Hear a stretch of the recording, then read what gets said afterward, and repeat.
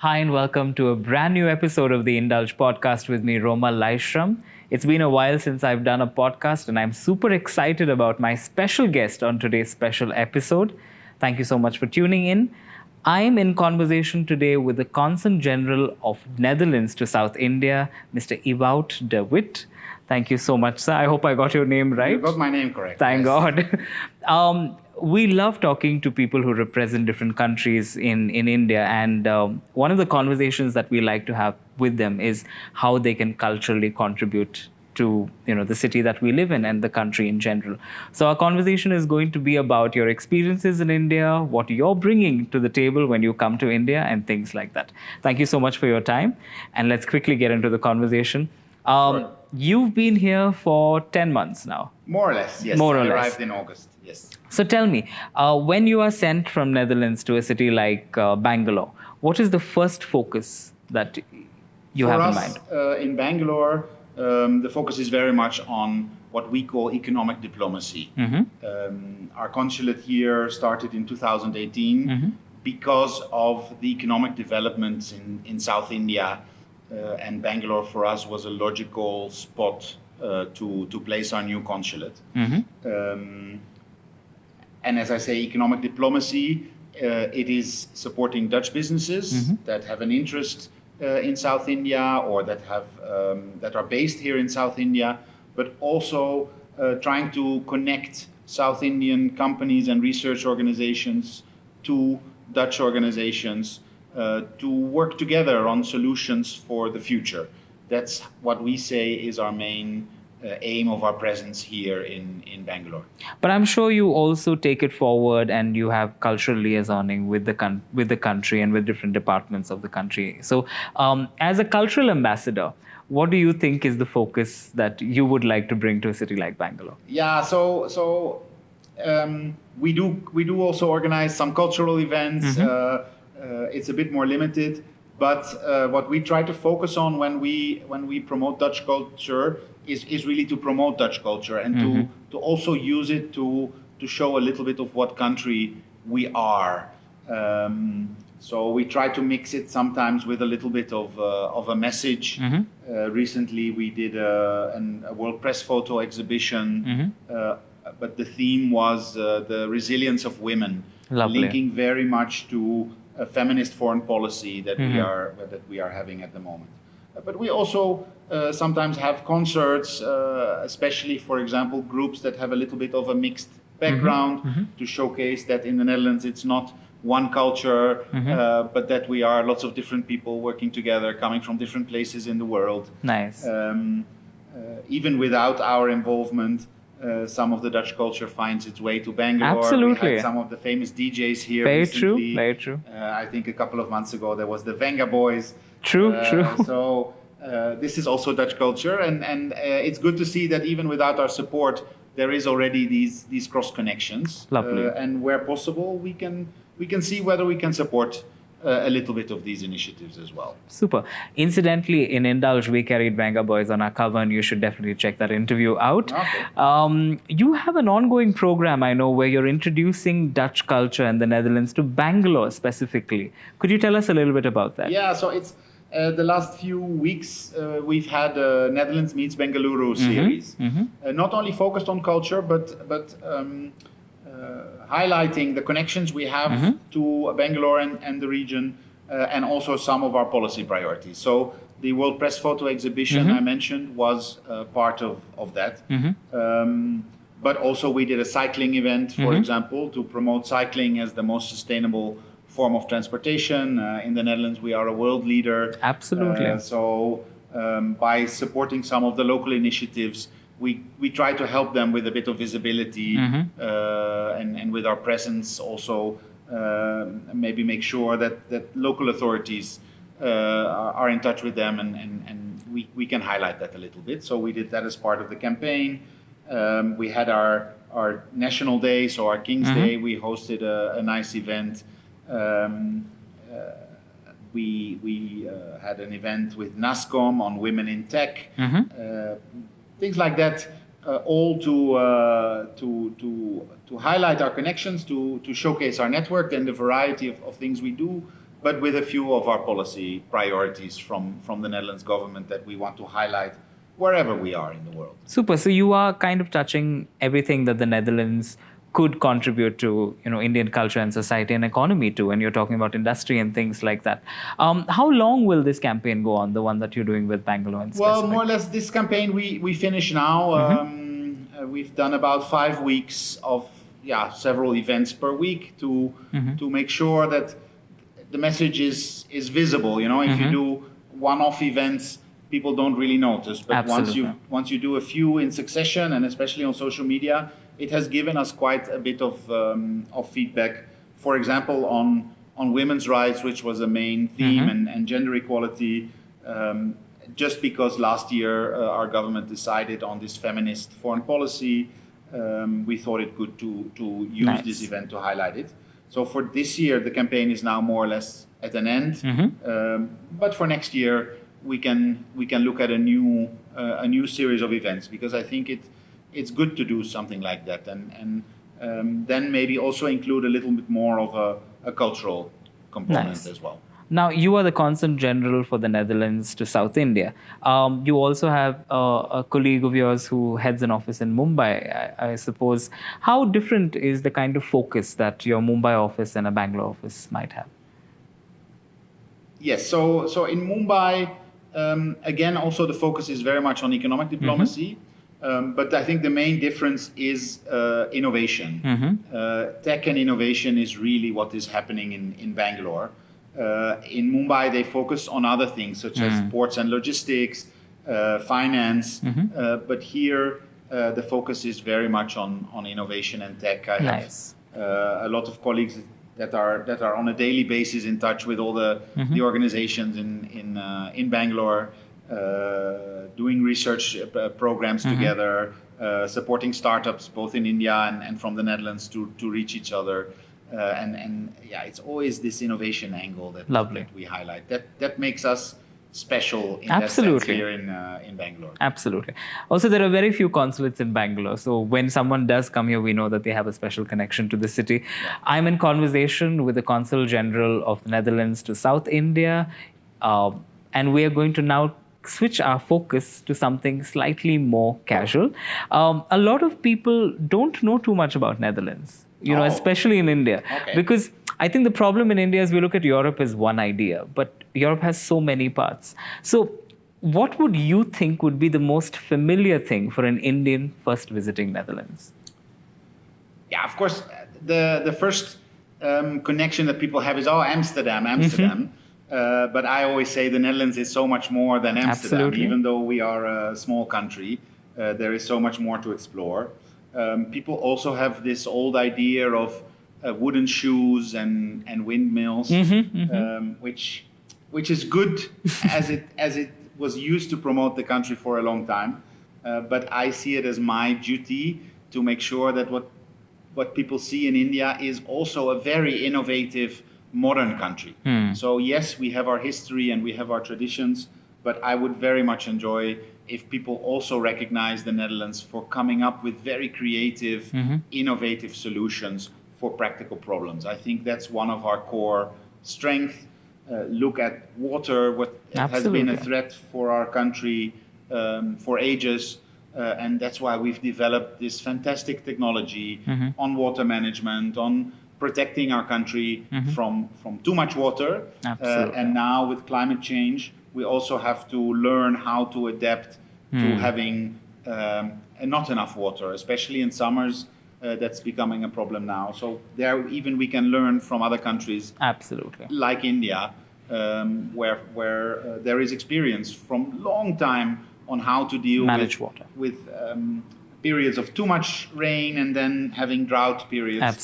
So in that sense, the cooperation again would offer value. Nice. As a Dutchman who visited India, who's now in India, living in India, what are those familiarities that you see between the two countries, your home country and now the country where you work? Yeah, so I had some family members visit me just in January, and we went to Kerala and I took a houseboat tour. And the landscape is just very much like the Netherlands. The dikes, the low-lying fields. Okay, here they are rice fields. with palm trees, and in the Netherlands it's grasslands for pasture for cattle, and we have different types of trees. But if you look just out of the boat, it looks very similar, and it shows that here also there is this struggle with water management. The system has been also there with the dikes and all the water systems. That's very Dutch. So I felt at home in Kerala immediately because the landscape is so familiar. That's absolutely lovely to hear. Now I think we need to quickly move to tourism, something that I think both the countries are particularly famous for. A lot of Indians do visit, Netherlands, and I hope a lot of Dutch people also come to India. The numbers are increasing every single year. As someone who has traveled quite a bit around South India, how would you pitch South India differently from what we pitch India generally as, a tourism destination to your people? I think it's very different. If I meet people in the office who visit South India for the first time from the Netherlands, they always say, "Oh, it's so different than what I had imagined," because the images we see of India is often Delhi and Rajasthan. Absolutely. Crowds and a bit of chaos. And although that is here, it is also more relaxed here. There Absolutely. I don't know whether it's the South in many southern countries. Or in many countries, the South is always more relaxed. A little bit more relaxed somehow. True. And I think that's true here. So a special moment was for me when my mother visited and we were in Mysore.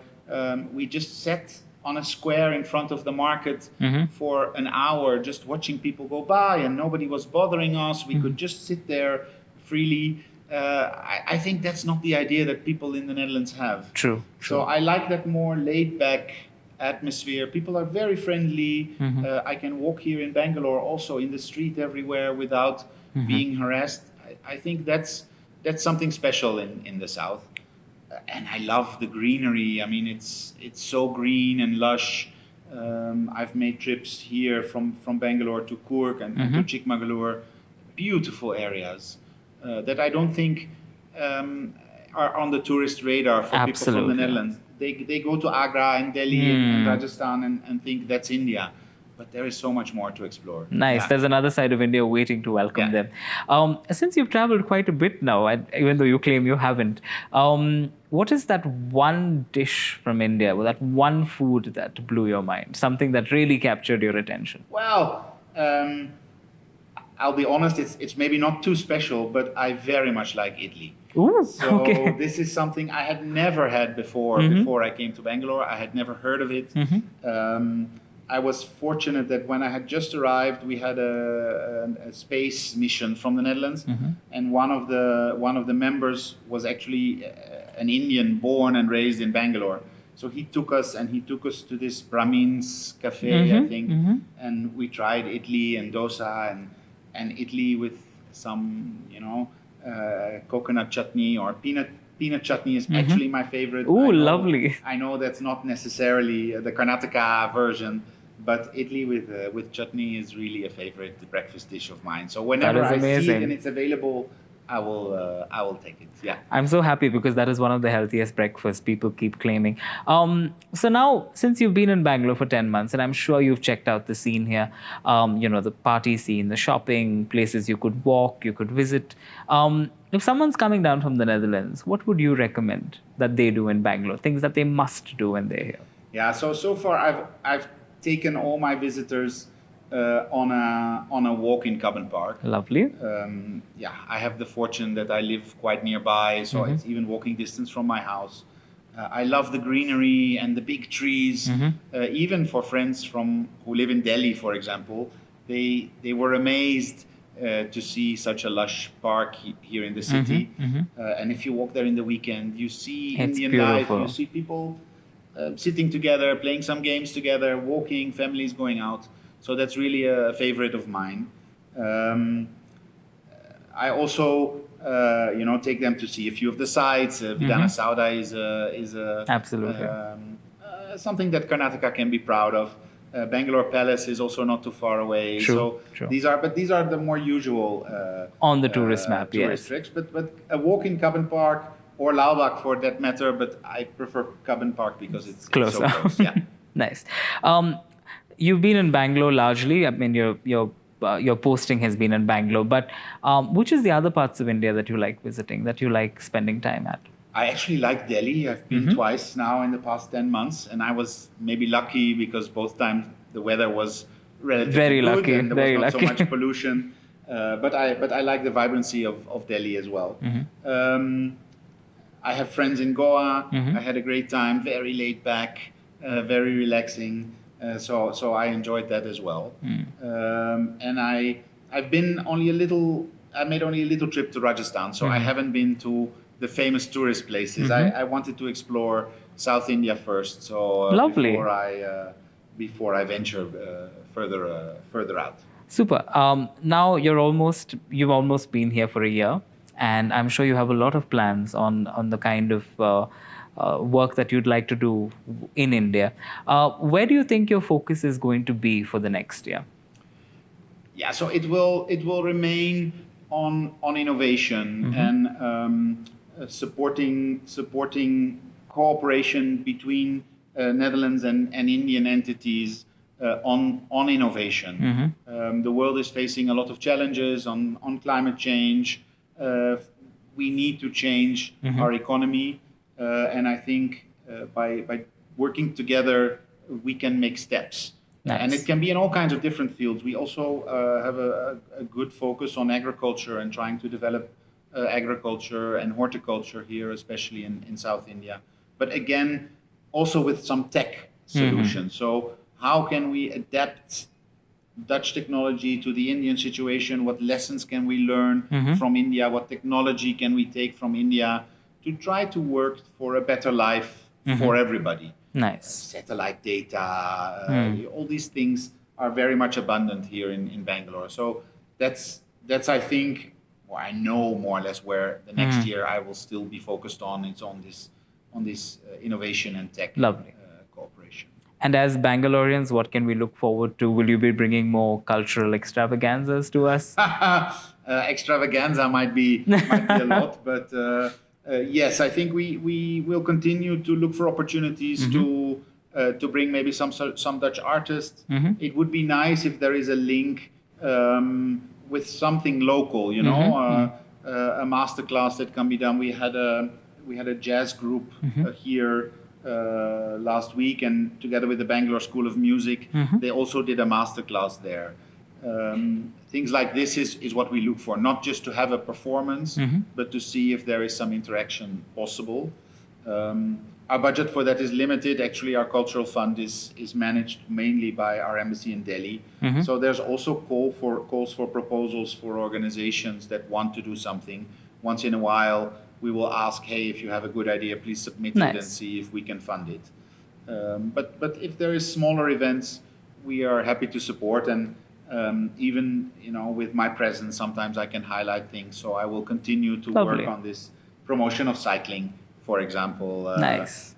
Not with a lot of money, but by being visible and being a proponent of what could be with some changes. Absolutely. I think a lot of Indian cities could do with a lot more cyclists. So I think that would be a great focus. Yeah. And it doesn't mean that you have to change the whole layout of the city. Absolutely. And just start in a smaller way and see how that could work out. And the Netherlands has a lot of expertise to offer on that as well. And they're already here in India. So it's good to see that such organizations have already found their way here. Nice. This is Roman Leishram on the Indulge podcast in conversation with the Consul General of Netherlands to South India, Mr. Ewout de Wit. We've been having an amazing conversation, and now we get to the last part where we talk about what an Indian can do in Netherlands when they're on visit, something off the tourist map, something that only a Dutchman can tell us. So, first of all, I would encourage everybody to explore beyond Amsterdam. I would invite everybody to try cycling. Okay. Because the Netherlands is the safest country to do that. Okay. And if I could then be a little bit chauvinistic, I'm from the south. Okay. It's for Indian standards, it's not far, but for the Netherlands, it's about 2.5 hours away from Amsterdam. And it's a bit of a different feel. It's a bit like here. The south is a bit more relaxed. We are not completely flat. We have some hills. Lovely. And the city of Maastricht where I actually went to university, is for me the most beautiful city in Lovely. the Netherlands. So I would invite everybody to visit that as well. Amazing. Thank you so much. So here's to some great partnerships between both our countries, between Netherlands and India. And thank you so much for your time, sir. Thank you. Thank you for having me. A pleasure to be here. It's been an absolute pleasure talking to you. We've been on the Indulge podcast, and every week we will come back to you with great conversations with special guests. Thank you so much for tuning in. This is Romal Laishram signing out.